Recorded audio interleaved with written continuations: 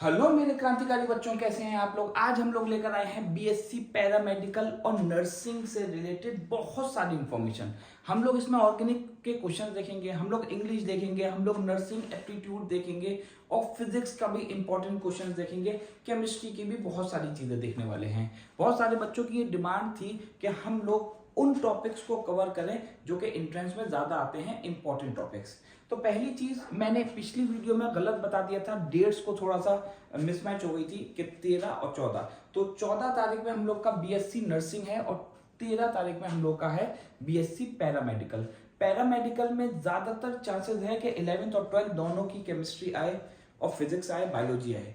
लेकिन जो नर्सिंग है उसमें 12th की आती हैं ज्यादातर चीजें, ये एएमयू के सिलेबस ने दिया हुआ है। लेकिन हम लोग आज दोनों को मिलाकर करने वाले हैं, तो आप लोग जरा कॉपी और पेन को उठा लीजिए। सबसे पहले बात आती है हमारे पास केमिस्ट्री में, और ये है टेस्ट। अगर हमसे पूछा जाता है कि टॉलरेंस टेस्ट किस लिए किया जाता है, तो ये आइडेंटिफाई करता है एल्डिहाइड को। एल्डिहाइड और कीटोन्स को जो डिफरेंशिएट करता है वो हमारा टॉलरेंस टेस्ट है। इसी तरह से ल्यूकस टेस्ट करता है हमारे पास प्राइमरी, सेकेंडरी, टर्शियरी अल्कोहल्स को डिफरेंशिएट। फेलिंग टेस्ट करता है कीटोन और एल्डिहाइड को। इसी तरह से हिल्सबर्ग रिएजेंट प्राइमरी, सेकेंडरी और टर्शियरी अमाइंस को करता है। बहुत सारे वीडियोस मैं डिस्क्रिप्शन में डाल दूंगा, उनसे आप लोग पढ़ लीजिएगा, बहुत इंपॉर्टेंट होने वाली हैं। बाद में मैं वीडियो डालूंगा आप लोगों के लिए जिसमें मैं ये बताऊंगा कि कितने क्वेश्चन वीडियो से आए हैं।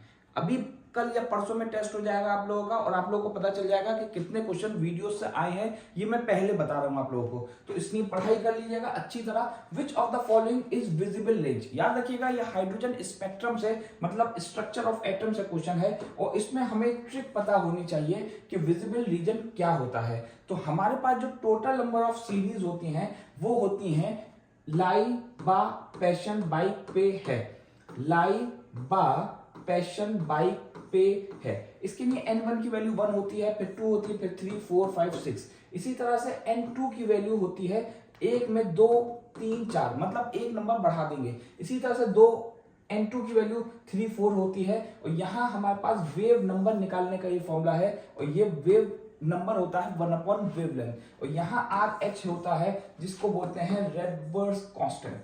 तो रेडबर्ग्स कांस्टेंट हमारा कांस्टेंट होता है, याद रखिएगा। और हमें याद करने की ट्रिक हमारे पास है UVIIII, मतलब पहली जो लाइमन सीरीज है वो अल्ट्रावायलेट होती है, उसके बाद विजिबल होती है, उसके बाद सारी रेज होती है हमारे पास इंफ्रारेड्स। दूसरा आता है हमारे पास, बहुत इंपॉर्टेंट है, काफी बार अभी नीट में भी क्वेश्चन आया इससे रिलेटेड, कि फर्स्ट आयोनाइजेशन एंथैल्पी जो होती है, आयोनाइजेशन एंथैल्पी कहते हैं उस एनर्जी को जो कि चाहिए किसी भी लास्ट इलेक्ट्रॉन को निकालने के लिए। तो हमारे पास जो ऑर्डर है वो ये है, आप लोग याद रखिएगा। इसी तरह से लेटेस्ट एनर्जी का जो ऑर्डर है वो ये है। लेटेस्ट एनर्जी कहते हैं बॉन्ड को तोड़ने के लिए कितनी एनर्जी चाहिए। तो जितना छोटा एटम होता है या जितना निगेटिव और पॉजिटिव चार्ज ज्यादा होता है उतनी मुश्किल से बॉन्ड टूटता है। इसी तरह से यहाँ हमारे पास हाइड्रेशन एनर्जी है, और ये है हमारे पास बॉइलिंग पॉइंट का ऑर्डर। बहुत इंपॉर्टेंट है ये, आप लोग याद रखिएगा।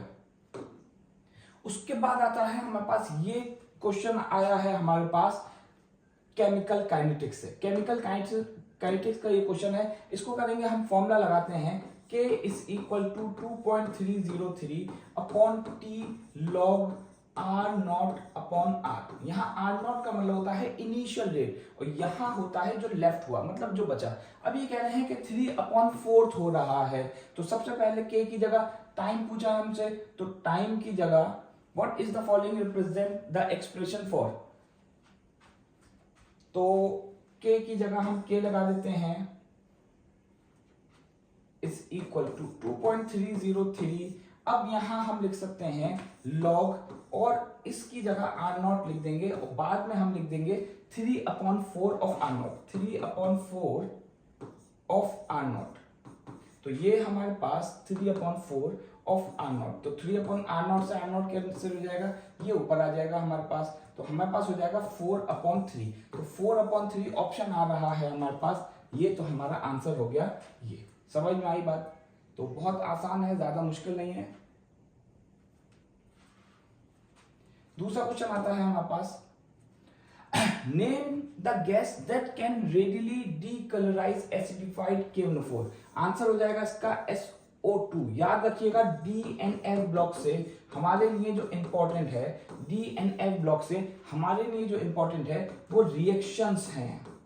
रिएक्शंस किस किस के हैं? वो KNO4 का रिएक्शन है, K2CR2O7 का रिएक्शन है। इसका एसिडिफाइड और अल्कनाइल मीडियम में कैसा कैसा रिएक्शन होता है ये आप लोग के लिए बड़ा जरूरी है। इसके अलावा DNF से हमारे पास जो मैग्नेटिक बिहेवियर होता है, मैग्नेटिक बिहेवियर जो फॉर्मूला होगा हमारे पास √N+N+1, और ये मैग्नेटिक मोमेंट निकालने का फॉर्मूला होता है। और हमारे पास यहाँ n क्या होता है? यहाँ n होता है नंबर ऑफ अनपेयर इलेक्ट्रॉन्स। तो ये सारी चीजें बेटा आप लोगों को याद रखनी पड़ेंगी। यहाँ कुछ फॉर्मूले हैं जो कि स्ट्रक्चर ऑफ एटम से है। अगर हम एनर्जी निकालना चाहते हैं इलेक्ट्रॉन की तो हमारे पास फॉर्मूला ये होता है। रेडियस निकालना चाहेंगे, वेलोसिटी निकालना चाहेंगे या फिर वेवलेंथ निकालना चाहेंगे तो h यहाँ प्लैंक्स कांस्टेंट होता है जिसकी वैल्यू होती है 6.6 इंटू 10 की पावर -34। यूनिट इसका जूल सेकंड होता है, याद रखिएगा। बड़ा इंपॉर्टेंट रिलेशन है, पिछली बार क्वेश्चन आया है इससे। नेक्स्ट आता है हमारे पास, ये भी हमारे पास काफी इंपॉर्टेंट फॉर्मूले हैं। एंगुलर मोमेंटम अगर हमें निकालना होगा, स्पिन एंगुलर मोमेंटम निकालना होगा, हिल्सबर्ग रिएजेंट निकालना, हिल्सबर्ग अनसर्टेनिटी प्रिंसिपल हमसे कहता है कि जो x है मतलब जो पोजीशन है, पोजीशन को जब हम वेलोसिटी से मल्टीप्लाई करते हैं तो वो एक कांस्टेंट से बड़ी आती है, जहां हमारे पास h आता है प्लैंक्स कांस्टेंट, और यहाँ 4πm आएगा जिसमें m होता है मास ऑफ पार्टिकल या फिर इलेक्ट्रॉन। मास ऑफ इलेक्ट्रॉन अगर होगा तो वैल्यू होगी 9.1 इंटू 10 की पावर -31 kg। यहाँ हमारे पास नोड्स आ गया। नोड्स कहते हैं उस रीजन को जहां इलेक्ट्रॉन के प्रेजेंस इम्पॉसिबल होता है, मतलब जीरो प्रोबेबिलिटी होती है इलेक्ट्रॉन की, तो उस जगह को बोल देते हैं नोड। अब ये दो तरीके के हो सकते हैं, एक होता है एंगुलर, दूसरा होता है रेडियल। एंगुलर को हम L से रिप्रेजेंट करते हैं जो कि हमारे पास एजीम्यूथल नंबर होता है। क्वांटम नंबर से रिलेटेड क्वेश्चन आ सकता है, डिस्क्रिप्शन में मैं वीडियो डाल दूंगा, आप लोग उससे नोट जरूर बनाइएगा। रेडियल के लिए हमारे पास N-L-1 होता है। ये N और L क्या होता है इसके लिए मैं वीडियो अलग से आप लोगों के लिए डाल दूंगा डिस्क्रिप्शन में। तो आगे बढ़ते हैं जरा। करेक्ट ऑप्शन फॉर द, बहुत इंपॉर्टेंट चैप्टर है थर्मोडायनेमिक्स, जरूर क्वेश्चन आता है, तो आंसर इसका ए हो जाएगा। और ए के लिए मैंने यहाँ कुछ चीजें लिख दी हैं कि अगर हमारे पास ये कंडीशन होती है तो जो एक्सटर्नल प्रेशर होता है वो 0 के बराबर होगा। यहाँ एक और फॉर्मूला आया है हमारे पास, एक फॉर्मूला और याद रखिएगा, W = 2.303 nRT log, इसी के साथ यहाँ log आएगा, और V2/V1। यहाँ फॉर्मूला ये याद रखिएगा, वर्क डन का हमारे पास क्या होता है। आगे बढ़ते हैं थर्मोडायनेमिक्स में, ये फॉर्मूलों के ऊपर बहुत चांसेस हैं कि हमारे पास क्वेश्चन बने, ठीक है। तो याद रखिएगा ये फॉर्मूला आप लोगों के लिए बहुत इंपॉर्टेंट होने वाले हैं। यहाँ H होता है हमारे पास enthalpy, internal energy, delta Ng होता है हमारे पास change in number of moles, R हम गैस कांस्टेंट को बोलते हैं जिसकी वैल्यू हमारे पास होती है 8.314, और यहाँ ये टेम्परेचर है। इसी तरह से डेल्टा G की वैल्यू यहाँ S हमारे पास एंट्रोपी होता है, एंट्रोपी, और ये एंट्रोपी बराबर होता है Q/T। तो फॉर्मूले याद रखिएगा, अगर फॉर्मूले याद होंगे तो हमारे पास बहुत आसानी हो जाएगी क्वेश्चन निकालने के लिए। यहाँ हमारे पास आता है बड़ा ही अच्छा सवाल, सॉल्युबिलिटी ऑफ AgCl अगर हमें दी है विद सॉल्युबिलिटी प्रोडक्ट इतना NaCl सॉल्यूशन। अब जरा समझिए कि जब हम इन दोनों चीजों को मिक्स करेंगे तो यहाँ एक चीज है जो कि कॉमन है, वो है Cl। तो इसी वजह से Cl का जो कंसंट्रेशन होगा वो हम इसमें ये जो क्वांटिटी होती है इसको जोड़ देते हैं। तो सॉल्युबिलिटी S हुई, यहाँ भी S हुई, लेकिन ये 0.1 भी जोड़ दिया क्योंकि Cl AgCl में भी है और NaCl भी है। अगर हम सॉल्युबिलिटी प्रोडक्ट निकालेंगे तो वो बराबर होगा Ag और Cl के। यहाँ Ag के हम सॉल्युबिलिटी प्रोडक्ट को S से रिप्रेजेंट करते हैं, सॉल्युबिलिटी को सॉरी S से रिप्रेजेंट करेंगे, और यहाँ Cl को कर देंगे S + 0.1। अब जब हम इसको ऐड करेंगे तो याद रखिएगा क्योंकि S की वैल्यू बहुत छोटी है तो इसको नेग्लेक्ट कर देंगे यहाँ। तो जब नेग्लेक्ट करेंगे तो हमारे पास यहाँ 0.1 आ जाएगा, इसको मैंने यहाँ नीचे ले आया हूं। अब इसको सॉल्व करेंगे, हमारा आंसर आ जाएगा। यहाँ हमारे पास कुछ फॉर्मूले हैं जो कि pH से रिलेटेड हैं, pH से इंपॉर्टेंट क्वेश्चन बनता है, बहुत इंपॉर्टेंट बन सकता है, याद रखिएगा। ये सारे फॉर्मूले आप लोगों को याद होने चाहिए। उसके बाद आते हैं हमारे पास नाम वाले रिएक्शन, मतलब नेम रिएक्शन जो होंगे वो काफी इंपॉर्टेंट होंगे। सैनियर रिएक्शंस किसे कहते हैं, क्या होता है गेटरमैन रिएक्शन, क्या चीज फॉर्म होती है, यहाँ AR जो है वो एरोमेटिक कंपाउंड है और इस पूरी चीज को हम डाइजोनियम सॉल्ट बोलते हैं। तो डाइजोनियम सॉल्ट से हमारे पास हेलो एरीन्स आता है, नाइट्रोजन गैस आती है और कॉपर हैलाइड आएगा, ये बात याद रखिएगा। स्वार्ट्स रिएक्शन क्या होता है, इसी को हैलोजन एक्सचेंज मेथड बोलते हैं। इसी का एक और एग्जांपल होता है जिसको हम बोलते हैं फिनक्लिस्टन रिएक्शन। तो याद रखिएगा फिनक्लिस्टन रिएक्शन, और इसमें सिर्फ ये फर्क होता है कि यहाँ फ्लोरीन है, फ्लोरीन के अलावा अगर दूसरा हेलोजन आएगा तो हम उसको फिनक्लिस्टन रिएक्शन बोल सकते हैं। वुड्स रिएक्शन याद रखिएगा किसे कहते हैं और कौन सा रिएजेंट यहाँ यूज होता है, ये भी इंपॉर्टेंट है। उसके बाद आता है हमारे पास फ्रेडल क्राफ्ट रिएक्शन, और उसके बाद आता है हमारे पास एल्डिहाइड, ठीक है। रीमर्स रिएक्शन से हमारे पास क्या बनता है, फिनॉल से हमें सैलिसाइलिक एल्डिहाइड मिलता है, याद रखिएगा। कुल्फ्स रिएक्शन हमारे पास क्या है, फिनॉल जब NaOH से रिएक्ट होगा तो हमें पहले सोडियम फिनॉक्साइड आयन देगा, उसके बाद हमारे पास अल्कोहलिक ग्रुप और कार्बोक्सिलिक एसिड आता है हमारे पास एक साथ। स्टेफेंस रिएक्शन में हमारे पास क्या होगा, ये बात याद रखिएगा। ईटर्स रिएक्शन क्या होता है, ये भी हमें बहुत इंपॉर्टेंट है। यहाँ ये जो रिएक्शन है ये काफी बार आया है, ये रिएक्शन काफी बार आया है, इसको आप लोग रख लीजिएगा कि किस तरह से इसको करना है।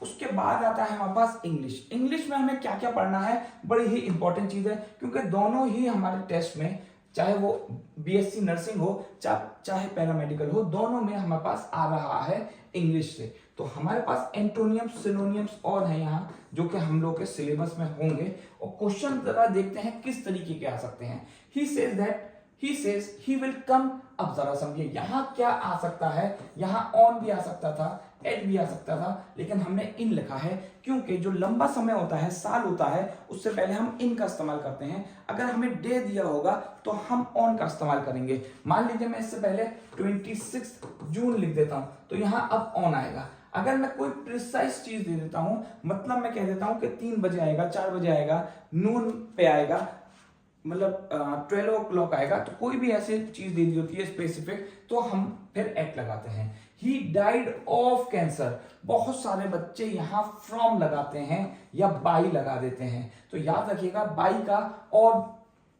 फ्रॉम का इस्तेमाल नहीं होगा, ऑफ का इस्तेमाल होगा। ऑफ का इस्तेमाल हर उस बीमारी की वजह से होगा जो कि इंसान की अपने बॉडी के अंदर है। इंटरनल कॉज अगर होगा तो हम ऑफ लगाएंगे, और अगर एक्सटर्नल कॉज है तो हम फ्रॉम लगाएंगे। जहां जैसे कि यहां फ्रॉम लगाते अगर ये एक्सीडेंट होता, एक्सीडेंट क्योंकि एक एक्सटर्नल चीज है, इस वजह से हम फ्रॉम लगाते हैं। किलिंग ऑफ वंस ब्रदर, आप लोगों को बेटा कमेंट में बताना है इसका आंसर। कमेंट में आपको बताना है कि अगर कोई भी किलिंग करता है अपने ही भाई की तो उसको क्या बोलते हैं। जैसे कि अगर हम सुनते होंगे कि किसी ने अपने आप को खुद मार लिया तो उसको सुसाइड बोलते हैं, ठीक है। इसी तरह से हमारे पास रेजिसाइड होता है, इसी तरह से होमोसाइड होता है, इसी तरह से बहुत सारे इसी तरीके के वर्ड्स होते हैं, तो इनको बोला जाता है वन वर्ड सब्स्टिट्यूशन, याद रखिएगा। एंटोनियम ऑफ ब्लेसिंग, इसका फॉरेस्ट्री हो जाएगा। Women who is head of family, वो वोमेन जो कि हेड होती है अपनी फैमिली की, उसको क्या बोलते हैं, उसको बोलते हैं मैट्रियार्च, ठीक है। चलिए आगे बढ़ते हैं जरा। और फिजिक्स में हमें क्या करना है जरा समझ लेते हैं। फिजिक्स में पिछले साल का भी पेपर अगर हम देखेंगे तो जो रेशियो वाले क्वेश्चंस हैं, मान लीजिए कि कहा जाता है कि काइनेटिक एनर्जी 3 गुना हो रही है तो मोमेंटम कितना होगा। फॉर्मूला बेस्ड क्वेश्चन है, अल्टरनेटिंग करंट के काफी आते हैं। सेमीकंडक्टर से क्वेश्चन जैसे कि जीनर डायोड से क्वेश्चन आ जाता है, ठीक है। इसी तरीके के काफी क्वेश्चंस आ जाते हैं, तो आप लोग याद रखिएगा फिजिक्स में हमें क्या क्या करना होगा। उसके बाद आता है हमारे पास nursing aptitude, quality of good nurse, ठीक है। एक अच्छी नर्स की क्या क्या क्वालिटीज हो सकती हैं। Treatment at initial stage, initial stages में जब कोई भी पेशेंट आता है तो हमें क्या ट्रीटमेंट देना पड़ेगा, ये हमारे लिए काफी इंपॉर्टेंट है। एप्लीकेशन ऑफ डिफरेंट ब्रांचेस, मतलब जो नर्सिंग की या पैरामेडिकल कोर्सेज की ब्रांचेस होती हैं उनकी क्या क्या एप्लीकेशन है, ये हमारे लिए बड़ा जरूरी है। अगर कोई भी क्वेश्चन आप लोगों को पूछना हो, अगर कोई भी सवाल आप लोगों के दिमाग में हो तो आप लोग मुझसे जरूर पूछेगा और मैं कोशिश करूंगा कि आप लोगों के सारे आंसर्स दूं। कोई भी प्रॉब्लम अगर आप लोगों को होती है तो आप लोग पूछ सकते हैं। बहुत सारे बच्चे ये पूछ रहे हैं कि नेगेटिव मार्किंग होगी कि नहीं, तो नर्सिंग में नेगेटिव मार्किंग नहीं होती है, पैरामेडिकल में होती है। अगर कुछ चेंज होगा तो वो पेपर में लिखा हुआ होगा, तो इसलिए आप लोग फिक्र मत करिए, आप लोग अच्छी तरह पढ़ाई करिए और कोई भी प्रॉब्लम हो तो मुझसे पूछिए। ओके बच्चों, थैंक यू, बाय।